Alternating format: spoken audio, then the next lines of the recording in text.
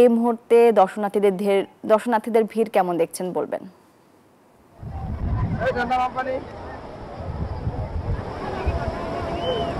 জি ধন্যবাদ আপনাকে।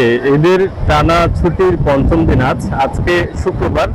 সব মিলিয়ে আজকে কক্সবাজারের যে সমুদ্র সৈকত এলাকা, এখানে একেবারে পর্যটকের মুখর রয়েছে। আপনাকে একটু দেখাতে চাই যে কক্সবাজারে আগত যে দর্শনার্থীরা তারা সৈকতের যে নীল জলরাশি সেখানে আসলে আজকে একেবারে নীল জলে ঘা ভাসিয়ে নিজেকে উচ্ছ্বসিত করে নিচ্ছেন। এবং সকাল থেকে আসলে দেখছিলাম আজকে বলা হচ্ছে এই সিজনের সবচেয়ে বেশি পরিমাণ পর্যটকের সমাগম আজকে হয়েছে।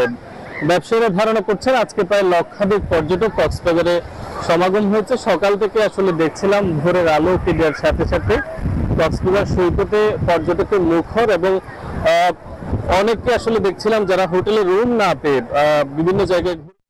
বান্ডেল থাকলে প্রতি সেনমানিতে টাকা বাঁচবে। বিকাশ সেনমানি বান্ডেল কিনে জিতুন প্রতি লেনদেনে।